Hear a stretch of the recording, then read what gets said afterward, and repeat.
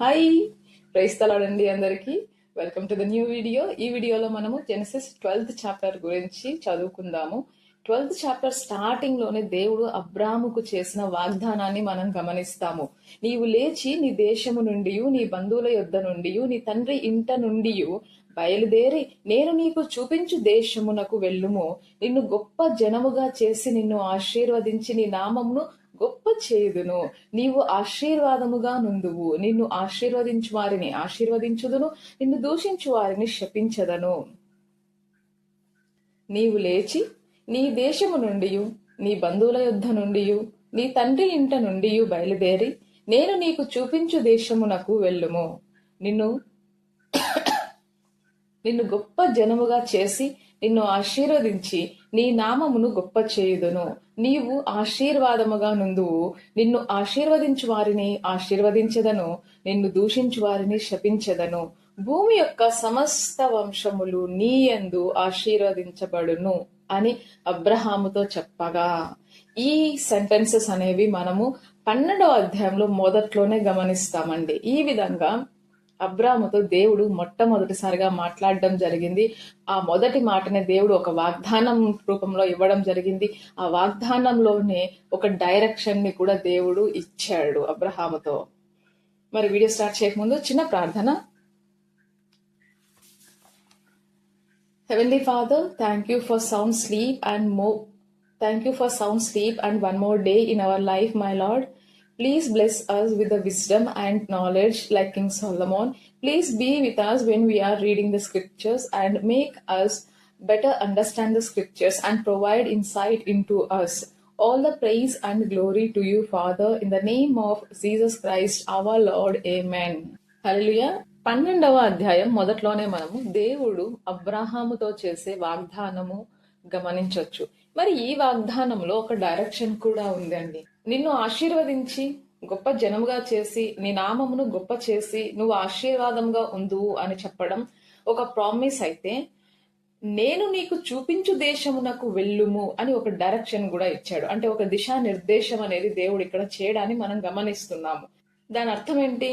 ఇప్పటి వరకు అబ్రాము ఎక్కడ ఉన్నాడో, ఎవరితో ఉన్నాడో, ఏ ప్రజల మధ్యన ఉన్నాడో, ఏ దేశంలో ఉన్నాడో, వాటన్నింటినీ వాళ్ళందరినీ వదిలేసి దేవుడు చూపించబోయే దేశమునకు, అంటే కొత్త దేశము, కొత్త ప్రజలు, కొత్త ప్రభుత్వము, అక్కడ ఎలా ఉంటుందో తెలీదు, అక్కడ పొలిటికల్ సిచ్యువేషన్ ఏంటో తెలీదు, అక్కడ కల్చర్ ఎలా ఉంటుందో తెలీదు, అటువంటి ఒక దేశమునకు వెళ్ళు అని దేవుడు ఒక గైడెన్స్ ఇస్తున్నాడు, ఒక డైరెక్షన్ ఇచ్చాడు. మరి ఇదే విధమైన గైడెన్స్, ఇదే విధమైన డైరెక్షన్ మనకిస్తే మనం ఏం చేస్తాం?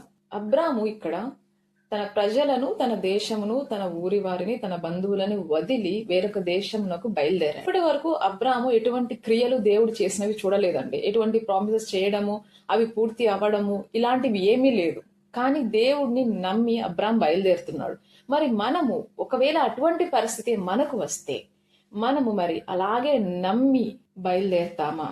మన చుట్టూ ఒక comfortable family, relations, situation, environment ఇవంతా ఉన్నప్పుడు దీన్ని వదిలేసి ఒక అన్సర్టైన్ సిచ్యువేషన్ లోకి, అంటే ఏం జరుగుతుందో ఎలా ఉంటుందో తెలియని ఒక కొత్త ప్రదేశానికి దేవుడు కేవలం చెప్పాడు, నాకు డైరెక్షన్ ఇచ్చాడు, నేను వెళ్తున్నాను అని మనం వెళ్ళగలమా? వెళ్ళేంత నమ్మకం దేవుని మీద మనకుందా? ఆ ఫెయిత్ మనలో ఉందా? ఆ ట్రస్ట్ మనకు దేవుని మీద ఉందా? ఆ విశ్వాసం మనకు దేవుని మీద ఉందా అనేది మనం ఇక్కడ ప్రశ్నించుకోవాల్సిన విషయం. విశ్వాసులకు తండ్రి అయిన అబ్రహాము తన విశ్వాసాన్ని, దేవుని మీద తనకున్న విశ్వాసాన్ని ఆ విధంగా ఆ రోజు నిరూపించుకోవడం మొదలు పెట్టాడు. మరి అదే విధంగా మనము మన విశ్వాసాన్ని ఈ రోజు నిరూపించుకోగలమా? దేవుడు అబ్రహాముని చాలా ఆశీర్వదించాడు, కరెక్టే. అదే విధంగా ఆశీర్వాదాలు మనకు దక్కాలి అంటే మనం చేయాల్సిన పని ఏంటి అంటే, దేవుని మాట పైన నమ్మకం ఉంచడం మనం మొదట నేర్చుకోవాల్సిన విషయం.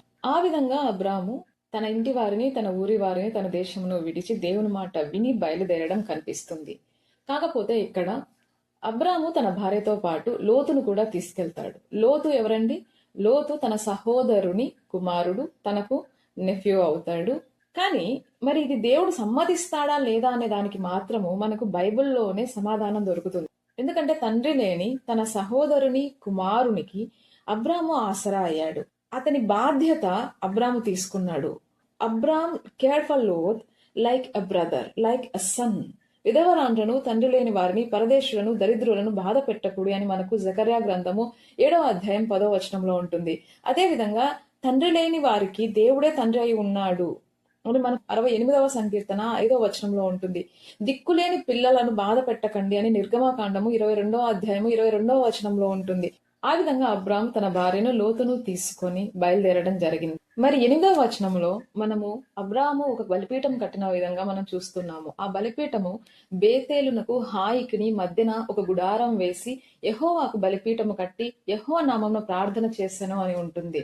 యెహోవా నామమున ప్రార్థన ఎప్పుడు మొదలైంది అనేది మీకు గుర్తుందా? గుర్తుంటే ఒకసారి కమెంట్ సెక్షన్ లో టైప్ చేయండి. ఇక్కడ దేవుడు కానానుకు బయలుదేరమనేసి అబ్రాముకు ఆజ్ఞాపించడము, ఆ విధంగా అబ్రాం బయలుదేరడము జరిగింది. కానీ మధ్యన కరువు అక్కడ చాలా ఎక్కువగా భారముగా ఉండడంతో ఏమైంది అంటే అబ్రాము ఐగుప్తులో నివసించుటకు అక్కడికి వెళ్తాడు. అక్కడికి ఎంటర్ అవ్వక ముందు అబ్రాము శారమ్మతో ఒక మాట చెప్తాడు. నువ్వు చాలా అందంగా ఉంటావు, నువ్వు మిక్కిలి సౌందర్యవతివైన స్త్రీవి నువ్వు, కాబట్టి నీవు నా భార్య అని తెలిస్తే వాళ్ళు నీ కోసము నన్ను చంపివేస్తారేమో, కాబట్టి నీవు నా సహోదరివి అని చెప్పు అనేసి షారాయితో మాట్లాడి వారు ఐగుప్తులో ప్రవేశించడం జరుగుతుంది. అబ్రాము ఏ విధంగా అయితే భయపడ్డాడో నిజంగా అదే విధంగా షారాయి యొక్క అందమును చూసి వాళ్ళు ఆమె మిక్కిలి సౌందర్యవతి అని పొగిడి ఆమెను ఫరో దగ్గరికి తీసుకెళ్లడం జరుగుతూ ఉంది. షారాయి భర్త అయిన అబ్రహాము నరమాత్రుడే కావచ్చు, ప్రాణభయం కలవాడు కావచ్చు, కానీ దేవునికి షారాయి ఆ విధంగా ఫరో ఇంట ఉండడం అంగీకారం కాలేదు. అంగీకారం కాక ఫరోను అతని ఇంటి వారిని మహావేదనల చేత దేవుడు బాధించను అని మనం గమనిస్తాము. ఒక్కోసారి మనము ఏమీ చేయలేని నిస్సహాయ స్థితిలో మనం ఉండొచ్చు, మనలను ప్రొటెక్ట్ చేయడానికి ఎవ్వరూ లేకపోవచ్చు. కానీ మరచిపోకండి, నీ దేవుడైన యెహోవా నీ తరపున యుద్ధం చేయవాడు, ఆయన నీ చేతిని విడువడు, నిన్ను ఎన్నటికీ ఆయన విడనాడడు. షారాయికి దేవుడు ఇచ్చిన ప్రొటెక్షన్ ఇంకెవ్వరు కూడా ఇవ్వలేరు, ఆయన ఇచ్చిన రక్షణ ఇంకెవ్వరు కూడా ఇవ్వలేనిది. ఆ ప్రొటెక్షన్, ఆ రక్షణ దేవుడు నీకు నాకు ఇచ్చేవాడిగా ఉంటున్నాడు. ఆ విధంగా మహావేదనల చేత ఫరో వాళ్ళ ఇంటి వారు బాధించబడ్డం చూశాక ఫరో అబ్రహాంను పిలిపించి, నీవు నాకు చేసినది ఏమిటి?